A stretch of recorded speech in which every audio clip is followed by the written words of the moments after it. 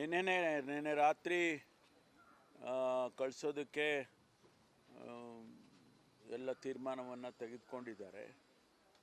ನಿನ್ನೆ ರಾತ್ರಿನೇ ಹೋಗಿರಬೇಕು, ಇಲ್ಲಾಂದರೆ ಅವರು ರಾಜ್ಯಪಾಲರು ಊರಿನಲ್ಲಿ ಇಲ್ಲದೆ ಇರೋ ಕಾರಣಕ್ಕೆ ಬಹುಶಃ ಅವ್ರ ಕಚೇರಿಗೆ ಕಳಿಸ್ಕೊಡ್ತಾರೆ ಅಂತೇಳಿ ಅಂದ್ಕೊಂಡಿದ್ದೇನೆ. ರಾಜ್ಯಪಾಲರ ನಡೆ ಈಗ ಚರ್ಚೆಗೆ ಗ್ರಾಸ ಆಗ್ತಾ ಇದೆ ಸರ್.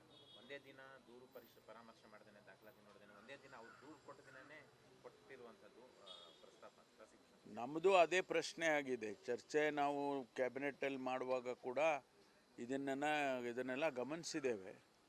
ಅವರು ಹಿಂದೆ 10 ಕೇಸಸ್ಗಳು ಹಾಗೆ ಪೆಂಡಿಂಗ್ ಇದ್ದಾವೆ.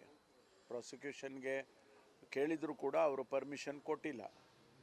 ಆದರೆ ಇಷ್ಟೊಂದು ಆತುರವಾಗಿ ಈ ಪ್ರಾಸಿಕ್ಯೂಷನ್ಗೆ ಯಾಕೆ ಕೊಡಬಾರ್ದು ಅಂತೇಳಿ ಏನು ನೋಟಿಸ್ ಕೊಡೋದಕ್ಕೆ ಮುಂದೆ ಬಂದಿದ್ದಾರೆ.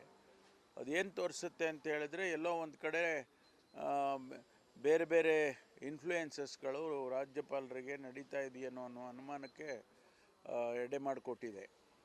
ಯಾಕೆಂದರೆ ಅವರು ಒಂದೇ ದಿವಸದಲ್ಲಿ 26ನೇ ತಾರೀಕೆ ಅವರು ಮನವಿಯನ್ನು ಕೊಟ್ಟಿದ್ದಾರೆ. ಎಬ್ರಹಾಮ್ ಅಂತಕ್ಕಂಥವ್ರು 26ಕ್ಕೆ ಸಂಜೆ ಹೋಗಿ ಚೀಫ್ ಸೆಕ್ರೆಟರಿ ಅವರು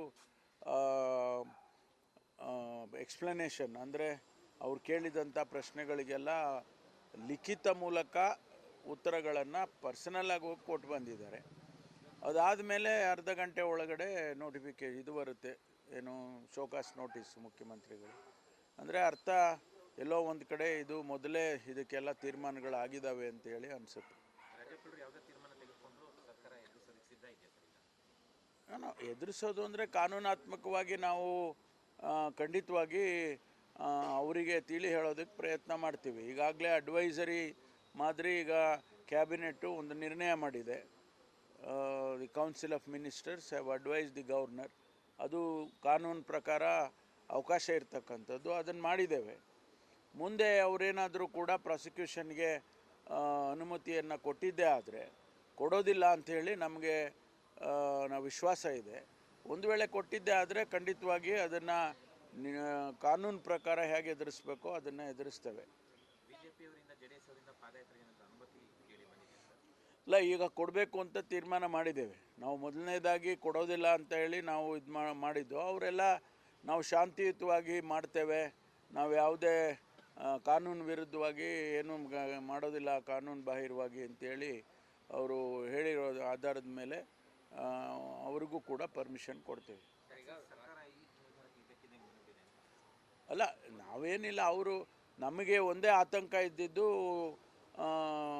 ಗಲಾಟೆಗಳು ಮತ್ತೊಂದು ಆ ರೀತಿಯೆಲ್ಲ ಆಗಬಾರ್ದು ಅಂತ. ಅವರು ಆಗೋದಿಲ್ಲ ಅಂದಮೇಲೆ ಅದಕ್ಕೆ ಅನುಮತಿಯನ್ನು ಪ್ರತಿಭಟನೆ ಮಾಡೋದು ಅವ್ರ ಹಕ್ಕು, ಮಾಡಲಿ ಹಾಗೆ ಅಂತೇಳಿ ಕೊಡ್ತೇವೆ. ಈಗ ಸರ್ಕಾರದ ನಡೆ ಮತ್ತು ರಾಜ್ಯಪಾಲರ ನಡೆ ಎರಡೂ ನೋಡಿದ್ರೆ ರಾಜ್ಯಪಾಲರು ವರ್ಷ ಸರ್ಕಾರ ಸಂಘರ್ಷ, ಕಾನೂನು ಸಂಘರ್ಷ ನಾಂದಿ ಆಡ್ದಂಗೆ ಆಗಲ್ಲ. ಅಲ್ಲ, ಅನೇಕ ಸಂದರ್ಭದಲ್ಲಿ ಇಂತಹ ಸನ್ನಿವೇಶಗಳು ಬರುತ್ತೆ. ಆ ಬಂದಂಥ ಸಂದರ್ಭದಲ್ಲಿ ಕಾನೂನಾತ್ಮಕವಾಗಿ ಏನಾಗಬೇಕೋ ಅದನ್ನು ಗವರ್ನರ್ ಅವರು ಮಾಡಬೇಕು, ರಾಜ್ಯಪಾಲರು ನಾವು ಮಾಡಬೇಕು. ಈಗ ರಾಜ್ಯಪಾಲರು ಈ ರೀತಿ ಕ್ರಮ ತಗೊಂಡಿದ್ದಾರೆ ಅಂತ ಹೇಳುವಾಗ ಸ್ವಾಭಾವಿಕವಾಗಿ ಸರ್ಕಾರ ನೋಡಿ ಇದು ಕಾನೂನಿನಲ್ಲಿ ಈ ರೀತಿ ಇದೆ ಅಂಥೇಳಿ ಅವರಿಗೆ ತಿಳಿ ಹೇಳೋವಂಥ ಕೆಲಸವನ್ನು ಸರ್ಕಾರ ಮೊದಲನೇ ಹಂತದಲ್ಲಿ ಮಾಡಿದ್ದೇವೆ.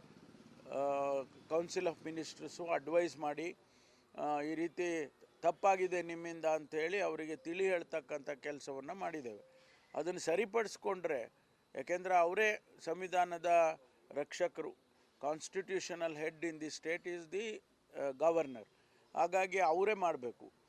ಅವರೇ ಕಾನೂನನ್ನು ಹೊರತುಪಡಿಸಿ, ಸಂವಿಧಾನವನ್ನು ಹೊರತುಪಡಿಸಿ ಮಾಡ್ತಾರೆ ಎಂದಾಗ ಸರ್ಕಾರ ನ್ಯಾಚುರಲ್ ಆಗಿ ನ್ಯಾಯಾಲಯದ ಮೊರೆ ಹೋಗಬೇಕಾಗುತ್ತೆ. ಸರ್, ಅವರೇ ಸಂವಿಧಾನಬದ್ಧವಾಗಿ ಅವರೇ ಪ್ರಮುಖ ಸ್ಥಾನದಲ್ಲಿರುವಂಥ ಸಂದರ್ಭದಲ್ಲಿ ಸರ್ಕಾರಕ್ಕಾಗಲಿ ಅಥವಾ CM ಅವ್ರಿಗಾಗಲಿ ಆ ರೀತಿಯ ನೋಟಿಸ್ ಕೊಡಲಿಕ್ಕೆ ಅವಕಾಶಗಳೇ ಇಲ್ವಾ? ಅಥವಾ ಇಲ್ಲ, ಅವರಿಗೆ ಖಂಡಿತವಾಗಿ ಅವಕಾಶ ಇದೆ, ಇಲ್ಲ ಅಂತ ಹೇಳೋದಿಲ್ಲ. ಪ್ರಾಸಿಕ್ಯೂಷನ್ ಕೊಡೋದಕ್ಕೂ ಅವರಿಗೆ ಅವಕಾಶ ಇದೆ. ಆದರೆ ಯಾವ ಸಂದರ್ಭದಲ್ಲಿ ಯಾವ ಕಾರಣಕ್ಕಾಗಿ ಕೊಡ್ತೀರಿ ಅನ್ನೋದನ್ನು ಕೂಡ ಅವರು ಎಕ್ಸ್ಪ್ಲನೇಷನ್ ಕೊಡಬೇಕಲ್ಲ. ಅಲ್ಲಿ ಏನು ಕಾನೂನಲ್ಲಿ ಏನಿದೆ ಅಂದರೆ, ಈ ಅಷ್ಟು ಜಸ್ಟಿಫೈ ಅಂತ ಇದೆ. ಅವರ ಅಧಿಕಾರವನ್ನು ಉಪಯೋಗ ಮಾಡಿ ಕೊಡ್ತೇವೆ ಅಂದಾಗ ಈ ಹ್ಯಾಸ್ ಟು ಜಸ್ಟಿಫೈ. ನಾವು ಹೇಳಿದ ಮೇಲೂ ನಾವು ಅವ್ರು ಕೊಡ್ತೀವಿ ಅಂದರೆ ಈ ಹ್ಯಾಸ್ ಟು ಜಸ್ಟಿಫೈ. ಅದನ್ನು ಕಾನೂನಿನ ತಜ್ಞರು ಅಥವಾ ಕಾನೂನು ಒಪ್ಪಬೇಕಲ್ಲ. ಆ ಒಪ್ಪುವಂಥ ಕೆಲಸ ಆದರೆ ಆಗುತ್ತೆ, ಇಲ್ಲದೆ ಹೋದರೆ ಅದಕ್ಕೆ ವಿರುದ್ಧವಾಗಿ ಆಗುತ್ತೆ. ಇವತ್ತಿಂದ ಸರ್ಕಾರದಿಂದನೂ ಜನಾಂದೋಲನ ಶುರುವಾಗಿದೆ ಸರ್, ಪಾದಯಾತ್ರೆ ಬಗ್ಗೆ ಅದ್ರ ಬಗ್ಗೆ. ಹೌದು, ನಾವು ಈಗ ಸತ್ಯ ಜನಸಮುದಾಯಕ್ಕೆ ತಿಳಿಸ್ಬೇಕಲ್ಲ. ನಮ್ಮ ಮೇಲೆ ಆಪಾದನೆ ಬಂದಾಗ, ಸರ್ಕಾರದ ಮೇಲೆ ಆಪಾದನೆಗಳು ಅಷ್ಟು ಜಸ್ಟಿಫೈ ಅಂತ ಇದೆ. ಅವರ ಅಧಿಕಾರವನ್ನು ಉಪಯೋಗ ಮಾಡಿ ಕೊಡ್ತೇವೆ ಅಂದಾಗ ಈ ಹ್ಯಾಸ್ ಟು ಜಸ್ಟಿಫೈ. ನಾವು ಹೇಳಿದ ಮೇಲೂ ನಾವು ಅವ್ರು ಕೊಡ್ತೀವಿ ಅಂದರೆ ಈ ಹ್ಯಾಸ್ ಟು ಜಸ್ಟಿಫೈ. ಅದನ್ನು ಕಾನೂನಿನ ತಜ್ಞರು ಅಥವಾ ಕಾನೂನು ಒಪ್ಪಬೇಕಲ್ಲ.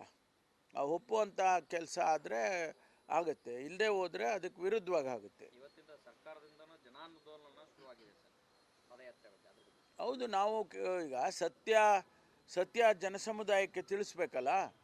ನಮ್ಮ ಮೇಲೆ ಆಪಾದನೆ ಬಂದಾಗ, ಸರ್ಕಾರದ ಮೇಲೆ ಆಪಾದನೆಗಳು ಬಂದಾಗ, ಅದು ಸರಿ ಇಲ್ಲ, ಸತ್ಯನೇ ಬೇರೆ ಇದೆ, ಸುಳ್ಳು ಆಪಾದನೆ ಮಾಡ್ತಿದ್ದಾರೆ ಅಂಥೇಳಿ ನಾವು ಜನಸಮುದಾಯಕ್ಕೆ ತಿಳಿಸ್ಬೇಕಾಗತ್ತೆ. ಅದಕ್ಕೆ ನಾವು ಅವರಿಗಿನ್ನ ಒಂದು ದಿವಸ ಮೊದಲೇನೇ ಜನಕ್ಕೆ ಹೇಳ್ತೇವೆ.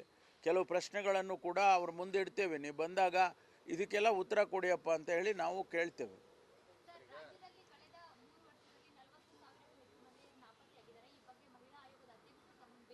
ಅದನ್ನೆಲ್ಲ ಪರಿಶೀಲನೆ ಮಾಡ್ತಾ ಇದ್ದೇವೆ. ಅನೇಕ ಜನ ಅಷ್ಟೊಂದು ಸಂಖ್ಯೆ ನೀವು ಹೇಳ್ತಾ ಇರೋದು ಸರಿ ಇಲ್ಲ.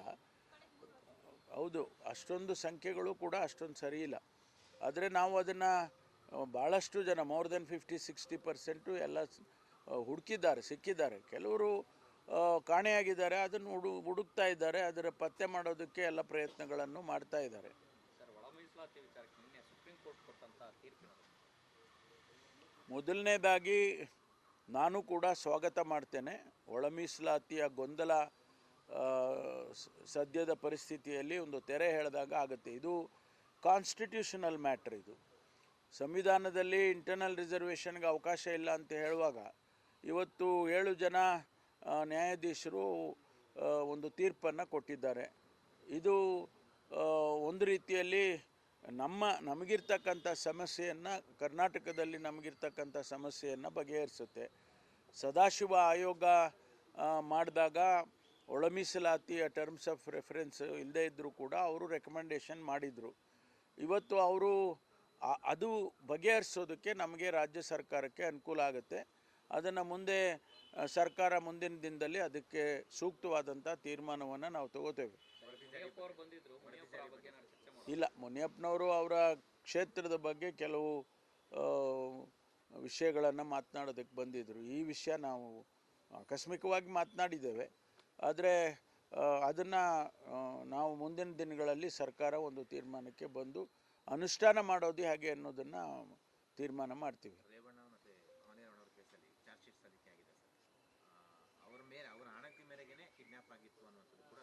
ಎಲ್ಲ ಅಬ್ಸರ್ವೇಷನ್ಸ್ ಮಾಡಿದ್ದಾರೆ. ಈಗ ನಾವು ಕೋರ್ಟ್ಗೆ ಹೇಳುವಾಗ, ಚಾರ್ಜ್ ಶೀಟ್ ಫೈಲ್ ಮಾಡುವಾಗ ಅದನ್ನೆಲ್ಲ ವಿವರಣೆ ಮಾಡಿದ್ದಾರೆ.